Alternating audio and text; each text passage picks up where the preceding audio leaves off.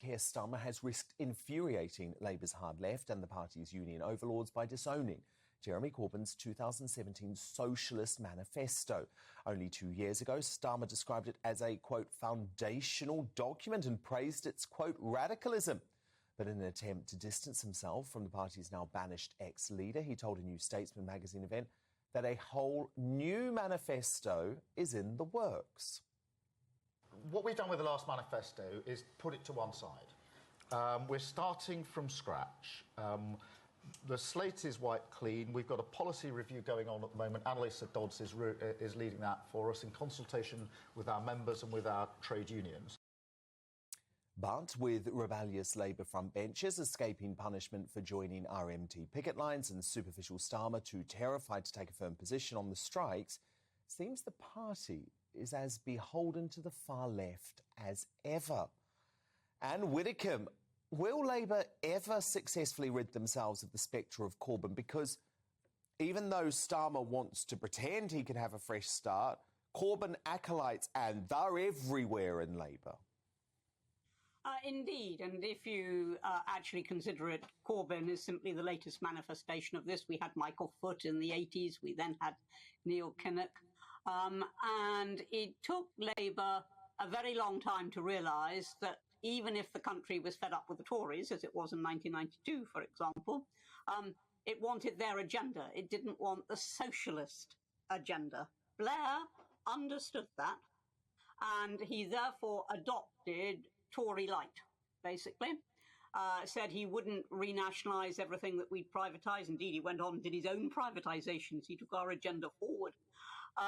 And all the time that he was winning, the left was silenced because they had lost for 18 long years and suddenly they'd won. And all the time he was winning, they were silenced.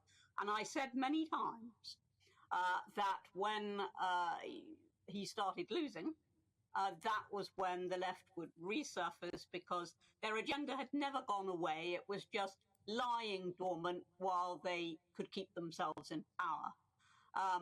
And as soon as they were out of power, the inevitable happened. The quite inevitable happened. So I don't think they're ever going to get rid of their left wing. The problem for Labour is that the agenda of the left wing is now just hopelessly out of date. You know, it's redundant. It was something that you might well have applied when Labour was formed and working conditions were terrible.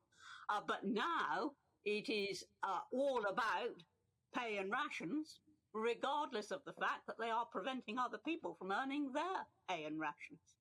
No, very good point, Adam. When it comes to Starmer, it's very difficult to trust him when he says he's moving away from that agenda at all, given the fact that he was in Corbyn's front bench and he fully embraced the manifesto, including, by the way, when he was running to be Labour leader. Indeed, and it's that second point which I think produces a huge question mark around his moral courage. He was running to be leader, he should have been very open about his agenda. I understand collective responsibility. I understand the constraints of being on the front bench. But when you're actually running for leader and you're setting out your agenda and saying to your party, vote for me, this is what I'll do, then it is quite wrong to promote an agenda that you're not actually going to follow through. I mean, I think he would be terribly wrong to follow a Corbyn agenda through, but to have said that he would and then just cynically ditch it, no wonder he's got an awful lot of rebellion. And he can't control his MPs. They were out on the picket lines. You know, senior MPs were out on the picket lines, preventing people going to work and causing an awful lot of misery and distress. And probably also problems of people needing to get to hospital without conscience. Now, I don't think that was the Labour of the old days, but it's certainly Labour now. Indeed. And then, Anne, we get to possibly the most important issue, and that's Brexit. And yes, we saw Sadiq Khan this week, a senior Labour figure, the current Labour Mayor of London, who claims that he supports Starmer, actually come out and say what they all secretly think, Adam, what they all secretly say at their Islington dinner parties, that leaving the EU was the biggest act of self-harm in history, and that he wants back. He wants back into the single market. And let's be honest, that is what Starmer actually thinks, isn't it? Yeah, well, I think that is what he thinks. It's very difficult to proclaim what he thinks because he thinks different things at different times, according as it suits the agenda or the ambition of the time. Yes, I think that is what he thinks, but the ball for that is very firmly in Boris's court. Boris could take enormous advantage of Brexit. He could scrap VAT on fuel, and nobody, as I've observed before, is going to want to vote to put it back again. So that on its own would, turn people against reopening the Brexit question. What is the matter with Boris?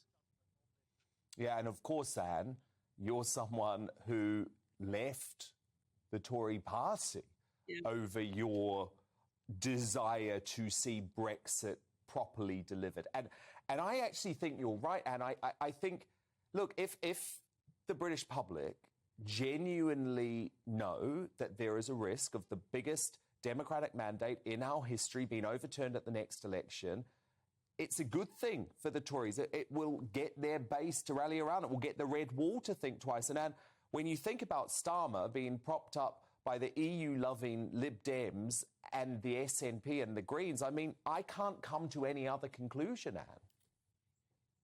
No, but I think that because of the personal campaign against Boris, the Tories, if they entered a general election soon, would be very weak indeed. And that's why I say the ball is in Boris's court. He's still got 2 years. Now, he can still do a tremendous amount that people will not want to reverse and will not want to risk by closer ties with the EU.